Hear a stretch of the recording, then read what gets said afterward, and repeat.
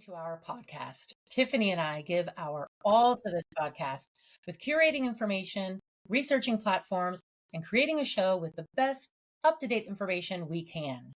We have a vested interest in the growth and health of your business and hope you feel the same way about us. Wouldn't you love to produce a show? Sure you She would. would. All you have to do is email us at thebusinessbehindsmallbusiness@gmail.com to express your interest, and we will share with you all of the marketing opportunities you will get in exchange. Please support us so that we can continue supporting you. With that, we welcome you to our show, The Business Behind Small Business. Whether you're selling or staying, we're here to remind you that just because you own a business doesn't mean you are a business owner. We are your hosts, Savannah Stone and Tiffany Ko, sharing the more finite details of entrepreneurship, revealing the dots between startup and success. No one gets to $1 million without getting a little dirty. There's a lot of business behind small business, so let's get to it. I think you enjoy saying that line. I so do. It's so fun. Like sometimes I feel like I'm on a Disney show or something, and I'm like, come on, with the hand gesture, for sure. A little bit of a Disney-esque kind of feel to it, though, right? Which is just another encouragement for our listeners to go watch us on video because you get to see all these lovely hand gestures. Totally. Well, so speaking of which, maybe we should do a little bit of housekeeping. So one thing that our watchers will notice is that we are not in the same room anymore. No. We will be in the same room again. We're just not in the same room right now. It's temporary. It's temporary. So don't worry, my friends. We will be together again soon. But for right now, we are located separately. So we're just going to record like this until we are able to be together again. I know. So far away. Yeah. And, we are also looking at opportunities for us to be in the same room as you.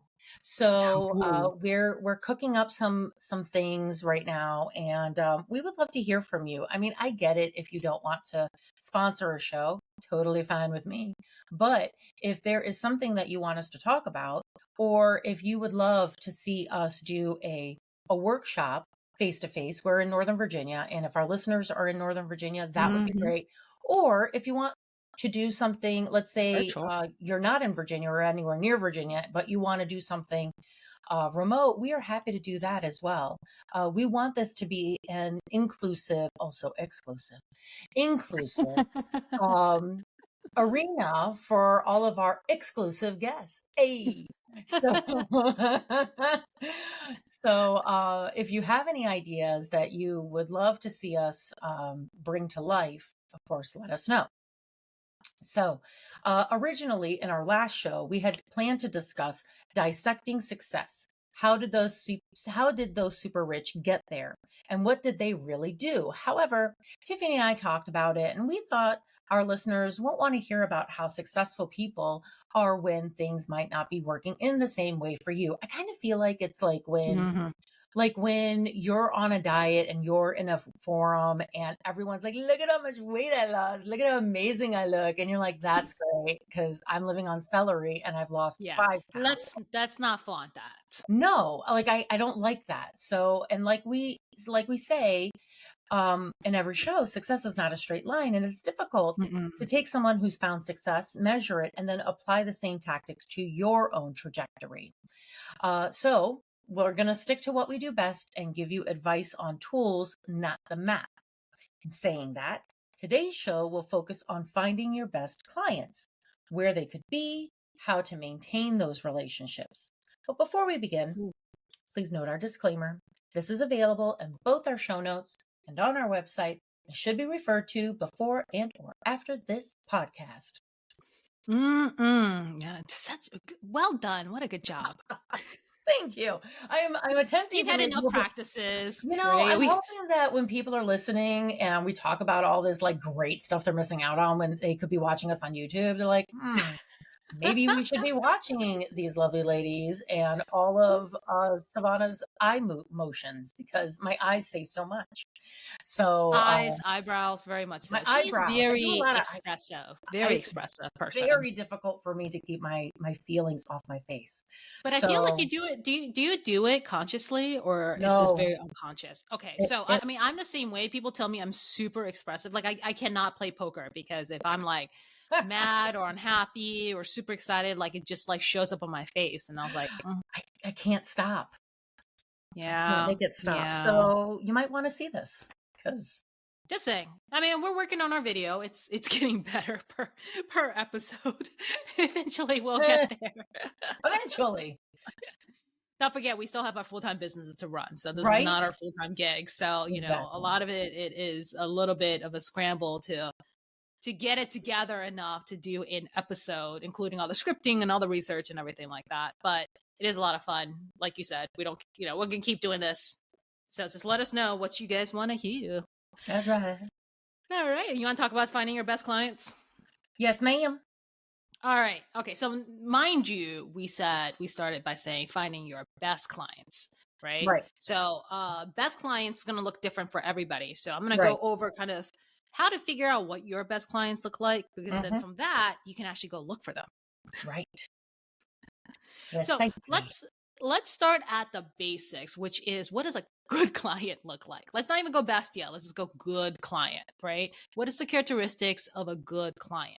Now, when you're a new business, trust me, you're going to struggle with this. We all have, where we don't know what a good client looks like because we're saying yes to everybody and every single Right. source of revenue possible. Mhm. And we take on a lot of bad clients, and you will learn this lesson the hard way unless you listen to us. And hopefully we can avoid some of that. So what does a good client look like? One, first of all, they make you money. Mm. Mhm. When you're in business, the need for profit margin is real. Okay. Not only do you need to pay the cost to provide the service or product you made, you also need to make enough to cover a portion of everything else you have to pay for to keep your lights on in your business. So they got to make you enough money. Right. Next, they have to respect the value that you are bringing to the table.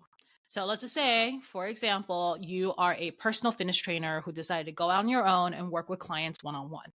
And clients who trust your expertise would follow your advice, follow your workout, follow maybe some nutrition plans that you give them, and they'll regularly communicate with you. So you get feedback, you know how they're doing, you know what the progress is, you know what their challenges are, so you can be there to help them. So this is really a sign of their respect for your knowledge and the value you bring to the table. And I mean, the great thing is not only does it make your job really rewarding, because I mean, come on, we all got into this to help somebody else, right? Mhm. It also helps reinforce the value that you're bringing each and every time.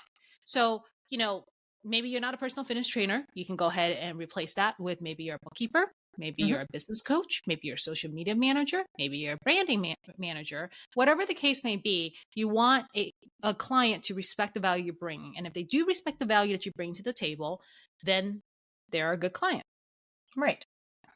All right. So the last thing I will say about what a good client looks like, which Savannah, I think you will enjoy this, Mm. is that one, they hold you accountable for delivering the value you say you would bring, or the product, whatever it is. And Right. they also hold themselves accountable, Mhm. especially if you have a service that is dependent on actions they need to take. Right. Yes, ma'am. Yeah. So let's just say that you run into a client and they have very high expectations, which is good because they're communicating this to you, and it'll push you to actually explore maybe new technology or new techniques to do what you do better. Mhm. This client is going to hold you accountable for delivering and meeting those high expectations. But at the same time, they should also hold themselves accountable by giving you timely feedback, paying your bills on time, Mhm. and openly communicating any kind of questions or responding to any kind of questions you may have, or things that you need their attention on. Right.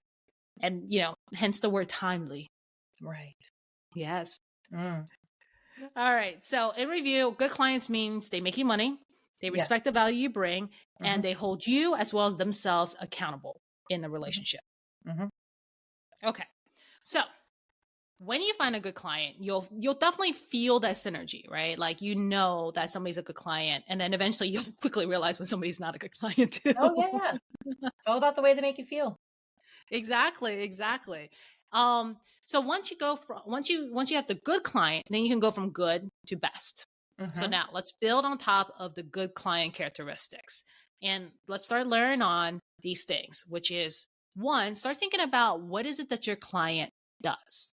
So for example, if your business is a business to business type of business, then what kind of business do your clients run? If you are a business to consumer business, then maybe what occupation do they have? Are they like a W-2 employee? Are they a freelance contractor? Are they a stay-at-home parent?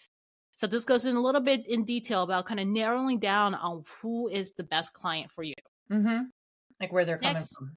exactly where they're coming from. Next, when does your client need your particular product or service? Is there a season in their business or life where they'll need you and what you provide, or is it at any time? Now, I will say that for most everybody's product or service, it isn't everybody in any time. There is something very specific, and your price point and what you specifically do and how you go about doing it will kind of narrow that down for you. Mhm. Um, the next thing is, why do they need your product and service? Right? Start thinking about how their needs align with the result that you bring to the table, because this is a strong motivator for them to not only be your best client, but to be your best client in the long run. Right. And then last but not least, who are they, as a person in business or in their personal lives, right? Their hobbies and their habits of your best client can really help inform you to where we're getting to today, which is how to find them. Mhm.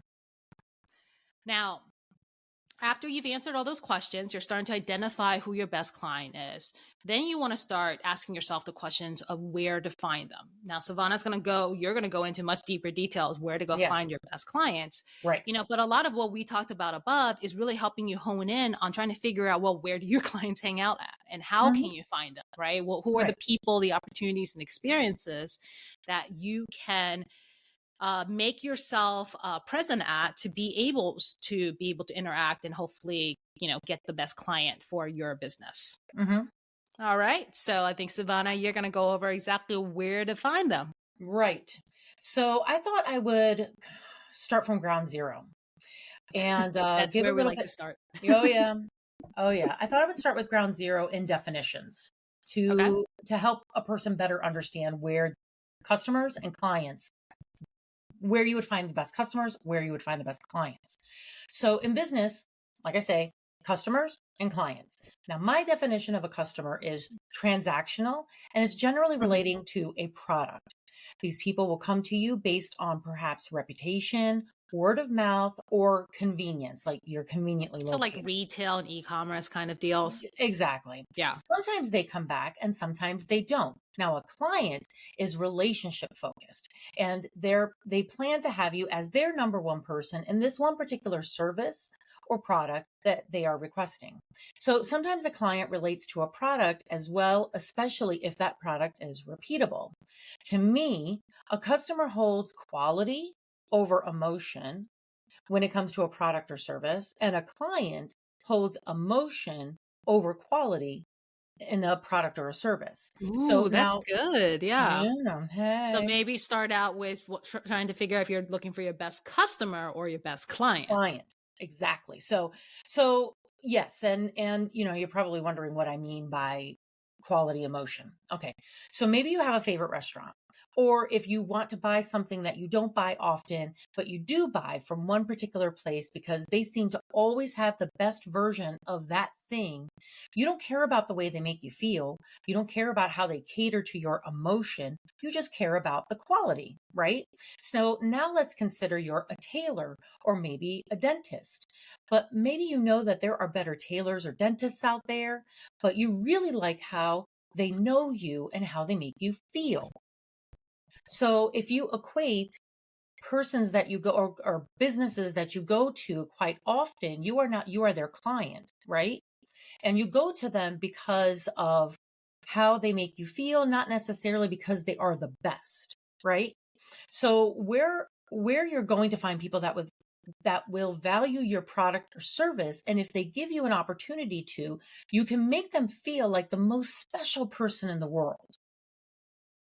True. Well, Yeah. there are networking events you could go to. I personally wouldn't say yes, but you could, especially if you are in the business to business. Well, if Or you're also starting up and nobody really knows you, you yeah, probably yeah, want to show your face around a little bit and yeah, I start guess. building those relationships. Someone is like, yeah, ugh. Ew, ew. Anyway, I shouldn't say that because like so much There of are it is great, there are good networking like opportunities I out there. They're not all bad. anyway, referrals. You're still burnt out, I see, by them. So much so. Okay, so referrals and referral partnerships do go a long way. However, you do have to be strategic about the kind of partnerships you make. So Hmm. again, I'm talking about business to business here. Yeah. So think about your best customer or your best client and what their background is, much like what Tiffany said. I'll give you an example for me. Now, my best customers or clients, and when I say customer in my industry, oftentimes it'll be, somebody that a CPA will be like, hey, I have to do these guys' taxes, but his books are a shambles. Will you just do the books? And they'll likely never come back. However, the CPA is important to me. So having a relationship with a CPA is very important to me because I have to think about where my customers and my clients are going to come from. Hmm. Now, you think about where your customers and clients are coming from. Don't think about the UA client B. There is always UA, Hmm. something that's pulling them B, Hmm. client C. Hmm. So, Hmm. what is that B in between you and the client? Are they coming from web searches? Maybe the web search is the B that is in between the two of you. Like If it's like that some kind of middleman or a middleware, something, right? it's Yeah. always going to be something or someone. So, if they're coming from web searches, you'll want to strengthen your presence on the web. If most Hmm. of your clientele is coming from referrals, but you're not sure exactly where most of your referrals are coming from. And I say this because it happened to me. I took all of my clients, I put them in a spreadsheet, and then I did some research to see who sent that client to me, right? A lot of them came from CPAs, but I didn't realize how many came from business coaches and other bookkeepers and like marketing firms. That was weird. I Hmm. was like, oh, I never thought about that. I bet if you did some research, you would be surprised as to where a lot of your great customers and great clients are coming from. Now, when I say making a spreadsheet, I'm not saying like you've got 1,000 people. No, you know in your head that you've got like 10 to 20, let's say 20 really good clients or really Yeah. good customers. Those are the Yeah. ones I'm talking about because you Yeah. want to replicate that. And those are the So, ones like, we were saying is, has those three characteristics that you love working with. mhm. Okay, so now let's say your customers are coming from everywhere. You really cannot pinpoint one stream, if you will. Then you'll have to do a healthy amount of marketing across the board. Now, I'll say paid advertising is a hit and miss. However, Mm. you may want to do paid advertising just to kind of push things along a little bit better, just to, there's not going to be a whole lot much more movement based on that, but people will recognize.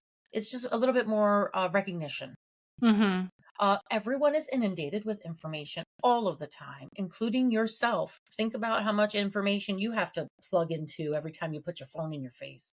So you got to think about what it is that sticks with you. What is it that you stop scrolling on to watch? Yeah. Because likely that's going to be what sticks with someone else. And I'm not talking about the cat videos or the dog videos. I'm talking about there have been times when I have stopped on an advertisement and I'm like, ooh, well, that's interesting. And either I'll find out more where it says find out more or I'll send it to my husband or to a friend where I'm like, "Oh, I know that person would really like this."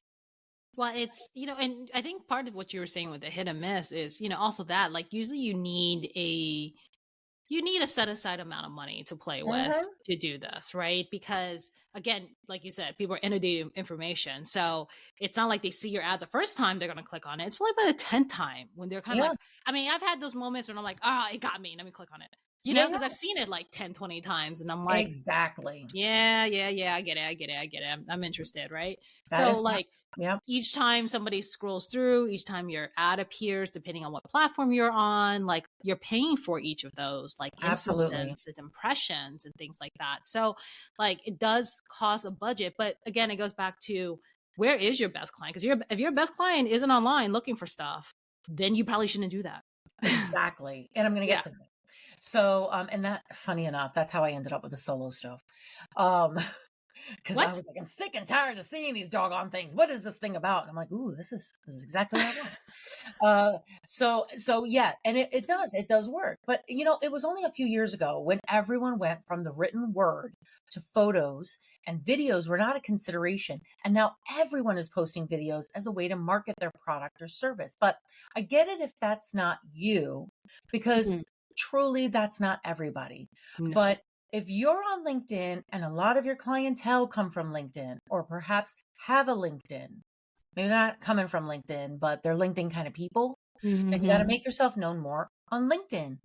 Same thing as Facebook, same thing as Instagram, Yeah. or anywhere else as far as social media goes. And they all have So different demographics, they absolutely do. right? LinkedIn is Not going to be more the yeah. zipped up corporate types. Yeah. Facebook is going to be the Gen Xers and the millennials Mhm. who are, a little Mhm. bit more whatever. And then Instagram is going to be a little, Facebook is a little more like, I don't remember what they call it, but it's like the older demographic. It's not And flattering. Whatever word they call it, it's not it's flattering. not. And Instagram Okay. is going to be the younger demographic. Well, then you have TikTok, And right? then you have TikTok, which, So like, yeah. right, which, I'm on TikTok. And I use my TikTok. I cross the TikTok with our BBSB Instagram. And then I put it on our story. And so, that's what I do for us, but I also do the same thing for my company and Yeah. for myself. So I Yeah. do a lot of cross marketing because a lot of my people are on those places. Yeah, because I Uh, feel like TikTok is more what, youngish I would say it's like the younger millennials, Z's. and much more casual. Like Yeah, LinkedIn is more button up for sure, for right? sure. But then Yes, TikTok is definitely like the least, like the most casual of all of those platforms, I feel like. absolutely. TikTok's Yeah. going to be the Z's, the Zillennials, and then the alphas.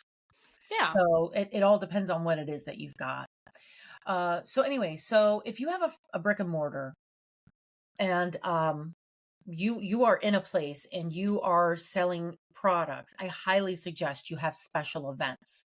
If you are in a small town or in a downtown area, get involved in the local charitable events Yeah. or local farmers market if it takes place on Mhm. the street that your business, or maybe it's in Yeah. the Local vicinity of community where you events. are. Yeah.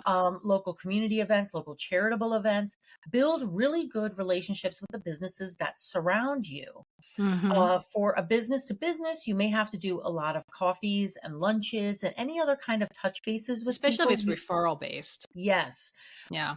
because let's say you have a brick and mortar, but you're still a service provider. Mhm. Same thing. Like you're going to have to seek out what that B is between the A and the C. You being A, C being client.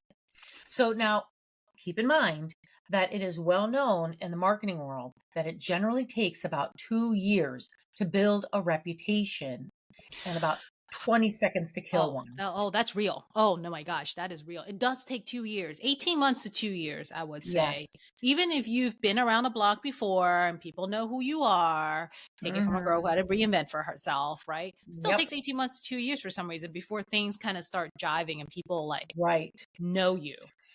So market wisely, connect as well as you can, and make sure you do a little bit of everything within the parameters of whatever that B that I've been talking Mhm. about is, because that's what's going to make you successful. Do Well, not throw out a wide wide net. net. Yeah. Well, that's That's why going to, it's like you need to identify who your best clients exactly. looks like before you can even decide where they're Yeah. gonna go be. And you It's know for what? you to It might also be that there's networking events for all kinds of industries, right? Mhm. So, it could be like, let's say you're in I don't know, you do payroll and you are specifically in restaurants, there's restaurant networking groups that you could Yeah. join, or you can even Yeah. go to their events. I mean, there's all kinds of things that you can do, but just know that these things exist. You don't have to go to a generalized networking event or a generalized happy hour simply because you feel like you need to like get out there. That was the mistake I made. I spent a lot of time going to completely inefficient networking events. And Yes. then when I started to like connect to the people Yeah. that were getting me to my clients, Yeah. that was when I started to find a little more success. So Yeah, I would say that with the general ones, like it's a great space if like you're new to networking and you haven't quite figured out how you're going to right. introduce yourself and what you do and how you want to say things. Like those are Hmm. great events to go to because you get to such a wide variety of people to Yep. practice on. But quickly you'll realize, it's like Savannah is saying, is the fact that you don't have enough time to waste, right? Right. You need to get to the point, and so you start drilling in on very specific events that is best for your clientele. Like, say for example, you're a photographer who wants to specialize in headshots. Hmm. Well, it probably will behoove you to go to, say, a realtor specific event. Yeah, Realtors still love to put their headshots on their cards. Every one of them wants absolutely. one. Yep. And so that would be like a gold mine for you versus you kind of randomly going to like maybe your local BNI or like a Hmm. chamber event. Like it would just be another layer of efficiency for you to find your best clients. Right. In conclusion, the best advice I can give to anyone, and this is foolproof, I will die on this hill, Okay. is that a person will be a repeatable customer or client based on how you stimulate one of their five senses. If you have a brick and mortar, make sure it smells good, it looks good, the aesthetics are totally there, you have stimulating music, and yes, there's a whole rabbit hole you can go down about music and how it affects sales. If there is food involved, how it tastes, and this is when I say how you make them feel. If you are a remote company or you are a service based business, again, it's how you stimulate a sense. People will always come back if they feel special. So then if And you're a remote worker, I suppose it is how you write and how you sound on the phone. well, I mean, we do a lot of video as well. And yeah, the That's true. way that you make them Just the feel. experience. Yeah, the way you Yeah. make them feel. You're communicating with them. You are giving them things that are going above and beyond what they've asked for. Hmm. You're making them feel special. So it's no different than if we go back to what you started with think about the clients that you really like the Hmm. really good clients. And I said, it's how they're making you feel. Yeah. It goes the same way. Like if you've got great clients that you just love, and every time you think about them, you're like, oh my God, that's the perfect client. Like Tiffany and I were just talking about that before we Yes. started recording. Like, I love this client. If they make me feel really good, then that's the kind of feeling I should be giving my clients as well. Clients or customers. But if you stimulate a sense, whatever that sense may be, and I'm going to get to an example of a stimulating sense and how that works when we get into the raw truth. Okay. Are we headed Yeah, there now? we are. But before we move on to the raw truth, we want you to be a part of our conversation and let us know what you want to hear. Send us questions or comments to our email, thebusinessbehindSmallBusiness@gmail.com, to ask questions related to our show, or just let us know how much you love us. We want to give you what you want to learn about. So That's now great. we're going to get to the raw truth, where we each share our Mm. own gritty experience with today's topic. We want the listeners to know that success isn't easy, it's not pretty, and it's certainly not a straight line. We hope you'll hear our cautionary tales and learn from them, or aspiring. I mean, it could be inspiring too. I mean, we're talking about best clients here. I would imagine it would be aspiring instead Yeah, of I'm going to like, go with yeah, aspiring. We hope you yeah. will hear our aspiring tales and Just learn for this episode, though. just for this. It's cautionary every other episode. Yeah, yeah, totally. Okay. Learn from our mistakes. Yes. What you got for me? Ooh, you know what? I have like an all-time best client from my Mhm. last business. I mean, we're not naming any names here, right? Good or bad, because you don't want Right. the other side to feel terrible. Totally. But Yes. well, no, I've actually been fortunate. I've had a handful of like very best clients that I got to work with, and like I said, like they hit all those marks. They They were profitable, which was great. They always paid on time, which is amazing, right? They respect, what we asked for, and then also vice versa. We had mutual respect for them. Um, and they lasted a long time as clients, all the way Mhm. up until we sold the company and stuff like that. But they stayed with, because I think it was such a synergetic like relationship. Mhm. And quickly, once you identify those customers, like you'll know. Like I think it took me a couple years. The first couple years were kind of bummers. Not gonna Yeah. lie. And all sorts of terrible clients. Yeah. People who one wouldn't pay on time. People who never gave you what you asked for, but then also would turn around to tell you how to do your, specialty, which makes Yeah. no sense, right? Yeah. I'm sure you Yep. ran into people like Oh, yeah. that, right? Yep. And you're like constantly chasing them for things all the time.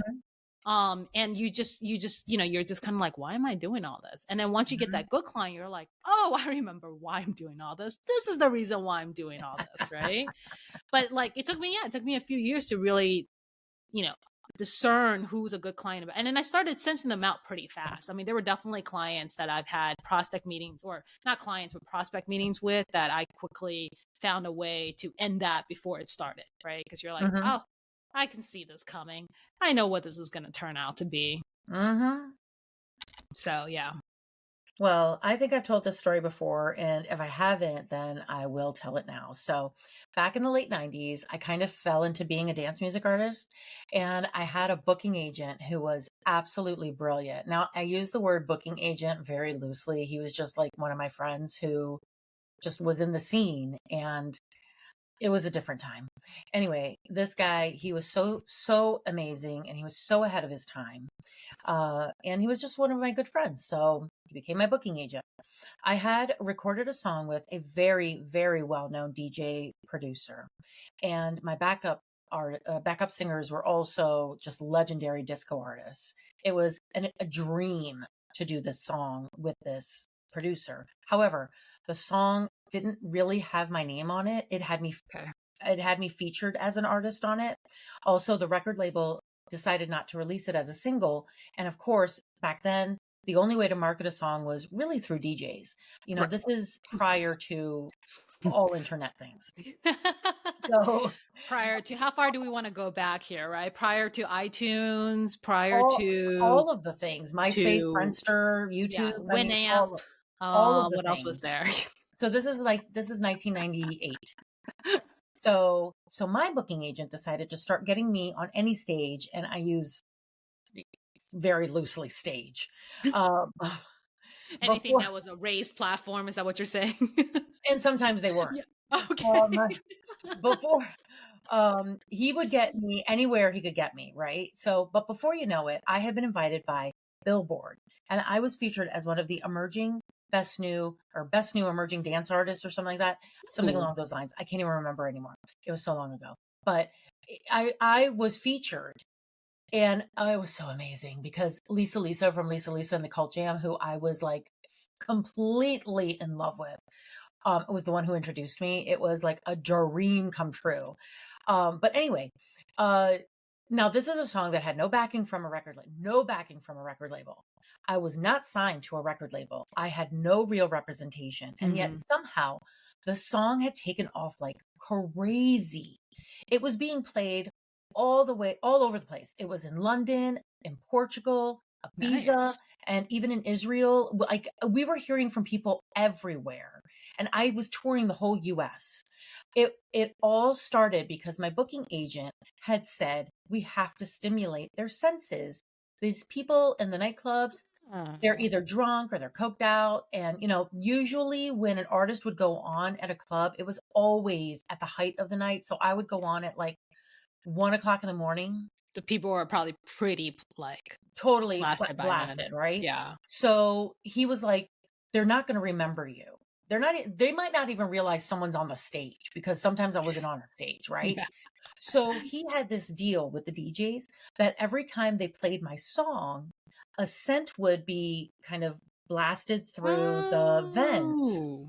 Yeah, because you Really? have memories related to the Yes. smell, yeah. And so through him, like he was friends with all of the big DJs at the time. And, back then DJs were rock stars and they didn't, and I started to be friends with them too. So like literally every time my song would get played or every time that I was performing, the scent, now I don't even know what scent it was, to be honest. It could have been something like Nag Champa or something. I don't know what it is. But I kid you not, people to this day say that every time they smell this, because he also said it had to be something that wasn't too like a vanilla or something like that. So It wasn't that too common. no, it's common. He Oh, wanted you it to want be, it common. yeah, he was like, Oh, I thought he wanted uniquely, like, no, because he was like, because I want every time they smell you this to call think it of as you. often as And he possible. wanted it to be Mm. general enough, which is why I was like, maybe it was Nag Champa because that was really big in the late 90s. Oh, Or vanilla or something like that. He was like, but every time somebody they say, every time I smell that scent, anytime it wafts by me, I think about your song. So, I mean, I can't believe how popular I became with no YouTube, no TikTok, no social media, no record label, just the power of scent and the DJs that played the music. And this stuck with me, obviously, to this day, because it really is a foolproof example as to how sales and feelings are so interconnected. Mhm. interesting. Yeah. Wouldn't it be great to hear the sound of us promoting your business for you right here on our show? Of course it would. You can have that and more by producing a show or multiple shows. All you have to do is email us at thebusinessbehindsmallbusiness@gmail.com to express your interest, and we will share with you what you will receive with your investment. You'll have the opportunity to have your name and the name of your business mentioned multiple times on our show, having your company logo on our social media, along with details on how to get in touch with you and other marketing opportunities as well. Please support us so that we can continue supporting you. I'm going to move on to the famous example. Now, in Ooh. each episode, we like to connect a famous example to our discussion to help you relate our talking points on a more global or well recognized scale, revealing the dots between the living room startup and the success story on the cover of Forbes. Sometimes we use exact examples of either famous persons or successful business owners of today or in history, and sometimes we use examples of people who inspired us and have inspired today's discussion. Well, I'm going to use my favorite famous person, one of my favorite famous person, Hmm. which you probably heard me talk about before, which is Sarah Blakely of Yes. Spanx. Yes. Yes. $1 billion. $1 billion. Pretty sure she's been on Forbes. Insane. Billion with a B. Yeah. Yeah. So also in the late 90s, while Savannah was being played in all of the nightclubs and the Yeah. While I DJs was shaking my tushy in the and nightclub. yeah, worldwide too. Mm-hmm. It was much Miss smaller back then. Blakely, Miss Mhm. Blakely was having a very, very opposite experience, and she was selling fax machines from door to door in Florida. I mean, still like amazing. I don't even know how you sell fax machines door. I mean, come on, right? I can't believe that happened. Like Well, that was a thing. well, in the 90s, they also had what selling knives from door to door. That was a thing too. I forget what the company was called. My husband Um, used to sell water coolers door to door. Yeah. So I mean, people learn amazing like sales skills because come on, you're Yeah, gonna have to have amazing sales skills to like, deal with that. for But sure. basically, so she was selling fax machines and she kept kind of like seeing the fact that for mostly women, of course, undergarments tend to show up, especially on white pants. It's just not a very smooth like surface when you're wearing Hmm. white pants. And so she ended up investing all the money she had in the world, which was $5,000 then, to basically develop a prototype and be able to sell that and patent that. Actually, she actually patented it herself because she didn't have money to hire a lawyer. And so she, a lot of people were saying that, in order to get known, you have to go to trade shows because that's where Hmm. all the buyers are and things like that. And I can't Hmm. recall if she actually went or not, but definitely the trade shows weren't successful for her. Right. And the way most people launched their products is they went to trade shows after trade shows Yeah. after trade shows. There's a And lot of instead, convention going. exactly, back in the day, right? Because Yeah. again, we don't have all this virtual stuff we You have had to do now. everything by hand and by foot and by mouth. Exactly. And then somehow she kind of realized she was like, thinking that, the people she really do want to reach out to who would be her best clients are people who are these buyers of these huge like department stores, right? And they're not going to trade shows. right? The head of purchasing for so and so company is not going to trade shows. So Mhm. instead, she did the opposite thing, which is she ended up picking up the phone and just calling. And she was able to book an appointment with Neiman Marcus, the lady who's in charge of Neiman Marcus, who became her first best client. And not only she had to be really bold about it by calling them up, she actually had to fly there.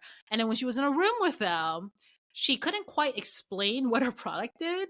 So she literally took the woman into the bathroom to basically show her wearing a product underneath her white pants to show her what it Spanx actually did. And that landed her the deal. So Neiman Marcus bought into Spanx and displayed it at their store, and they became her best client. And the rest was history. Yeah, $1 billion history. Can't I think of something like that? All right. Now you can love me, you can hate me. You could also love her or you could hate her. But I have never in my life seen someone as brilliant at marketing than Taylor Swift. You know, they have like actual university classes about the marketing power she has, right? Like Hmm. it's undeniable whether you like her or not. Her team's got to figure it out. I, you know, yes, she is a marketing genius. And the It's way like she the built her, Taylor Swift effect, right? I think they call it. I think it's called the Swift effect or something Yeah. along those lines. And yes, these business classes are tailored to Taylor.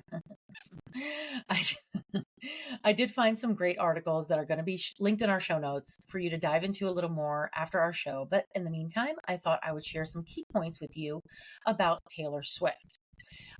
Everything Taylor Swift does, literally everything she releases, holds a bookmark to what is coming next. These are sometimes little Easter eggs or just simply little clues, but literally every song she releases holds the key to the next thing. In doing that, people are Hmm. always waiting to see what's next.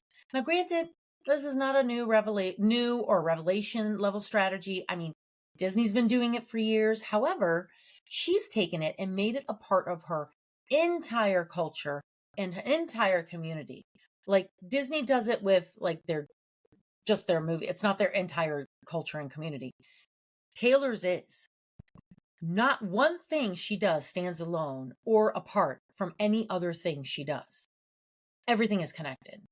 So if you want to know what's next in her perfume, you'll have to buy a record. And if you want to know what's next in her, I don't know, does she have a clothing line? You'll have to Oh, buy it her does. perfume. It's like what you if you want to know this, then you have to buy that. And if you want to know that, then you have to buy that. And like they're all touched to each other. Every one of them. It's absolutely genius. So if you're into Taylor, you have to buy into all of it. Think about the most impactful time of your life. This was probably the ages between 13 and 18. Like this is the age that shaped your personality and your view of the world. Hmm. Psychologists and doctors have written so many books about the importance of your experiences between these ages. Some would say that most of Taylor Swift's fan base are between those ages, but nay, nay, I say. Her songs speak to the part inside of all of us that experienced something she speaks of in her songs that happened to us between the ages of 13 and 18. Again, we go back to feelings. Her music has evolved just as her age has. And, not all of her songs are talking about high school. They don't talk about high school. However, Hmm. she still manages to touch upon the emotional place we were all in our teen years. And so we can always relate to her music, whether we like it or not. Like every song is tied to something we've experienced. I see. Mm, I see. Well, look, I have friends who are fans of. I'm not a personal fan, but like I have friends who are just.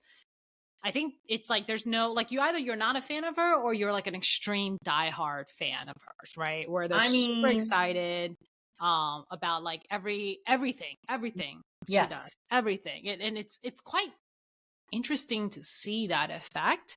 yes. Um, Apparently, my upbringing must not have been normal because I can't relate to half the songs. Well, like it's funny because I can relate to them. either through my friends have experienced it, Mhm. or I experienced it in later years because Yeah. your growing up and my growing up was pretty much the same. Yeah. In that, like dating, no. Yeah. Um, Yeah, I can't relate to any of the dating stuff in no, like no, no, in no, no. school But because I there's a was lot of not other allowed. things that she sings about that Yeah. I'm like, "Ooh, yes, yes, tell him, girl." Um, anyway, so I'll add one more. She's strategically partnered with the right people that have introduced her to all new audiences. Now, this goes back to the whole networking thing, Mhm. partnerships, like referral partnerships. And one of the most brilliant partnerships she has is with AMC Theaters. Mm. So, like I said, I could go on and on, but I won't. There are a lot of great blogs and articles written about her strategies and how you can translate them into your own business. And you say team, I truly believe that these are coming from Taylor Swift. I believe that it's not a team that's doing it. I think the team True. is Could implementing be. it Yeah. because from the jump, this woman has been like literally since she was much, much younger and she was talking about tears on her guitar. She was very calculating in how she marketed herself and how she appeared to everyone and where she did her concerts and how Yeah. she did her concerts. She didn't have a team at that time. It was just her and her mama. Well, So yeah, and at the same time too, even in she had a team, to be this massive of a success, like, she has to have a hand in it, right? Like she can't just be absolutely. hands off. And for it to sustain this long, Yes. it's not by chance or by all luck. Maybe in the beginning a little bit luck, but like, most of it is to be for this to be so sustainable. I mean, she's got to have some conscious like decision making, like Yes. And opportunities in there, which it makes it even far more, interesting. So that's why, I may not be a personal fan of her, but I still acknowledge and recognize, oh what yeah. she's done. And it is brilliant, right? It's Yes. absolutely brilliant. She's so young. She's so young. She supports Gosh. small businesses, Mm-hmm. which gives her she supports small businesses. She has real relationships with her fans. This is where I mean, she really makes people feel good. Yeah. And Yeah. I mean, she that's has a how she positive keeps them. energy, which is nice, And she's you had know? fans that she's had since the beginning. And there's that retaining again. I will So, say that I do like the fact that for somebody so famous, she's such a good role model, you know what I mean? Like yeah, I think she makes sure that she's a positive yes, influence on the many young ladies who look up to her and whatnot, yes. where she could have taken it totally a different direction, as a lot of celebrities do, right? Taken a Hmm. completely different direction just for the fame and the attention. Yeah. She, didn't take the easy way out, and she's such a positive role model for everybody. Hmm. But be it that maybe when she started, she was young, she didn't understand how to do this, and maybe she had a great idea and strategy that ended up working in the long run. But you Hmm. bet that her team, when they did come along, sat there and thought real hard about who her best customers are and Yep. what would appeal to them. Like, Hmm. this is not just let's throw spaghetti at the wall, but they knew exactly the demographics. I bet they can even describe to you exactly what the ideal Oh yeah. listener and fan looks like, so they can basically create this whole experience around Hmm. that, whatever you want to call it, buyer's persona, Yeah, customer yeah. avatar, whatever the words are, right? It's all the same thing. It's just, what is the who are they, what they do, what they like, what they listen to, what's the Yes. experience that's going to stick with them. Yeah. And I would say that, okay, when she had her team and, you may be listening to this and saying, well, I don't have a team. It's just me. But you do actually have a team. Think about who it is that you bounce ideas off of. And if you Hmm. don't have anyone you bounce ideas off of, then see if you can be a part of a mastermind. I mean, I Yeah. found being a part of a mastermind was very beneficial to me when I was Hmm. trying to figure out how to evolve my company from where it was to what it became. Hmm. So there's got to be someone that you can share ideas with. Yeah. But Could be at least one person. Otherwise, you can't really. I mean, you right, like can. It's just that much tougher to try to do it this and is avoid by yourself, right. and not speak it out loud to Hmm. somebody else and kind of flush out the idea. So But it is speak. a lot of fun, though. I mean, even worst case scenario, if you're by yourself, grab a piece of paper, write down the questions to ask yourself about how to kind of, define this, like, define your best client. I mean, go, rewind what you're listening to now Yeah. and just go through the questions we talked about in the beginning and Yeah. define that for yourself and start a framework and then start Hmm. talking to other people about it. Yep. You can absolutely do it by yourself. You don't need a whole multi-million-dollar team Yes. to surround you to get started and, start looking for your best client, making sure all your marketing effort is not just dollars wasted. Right.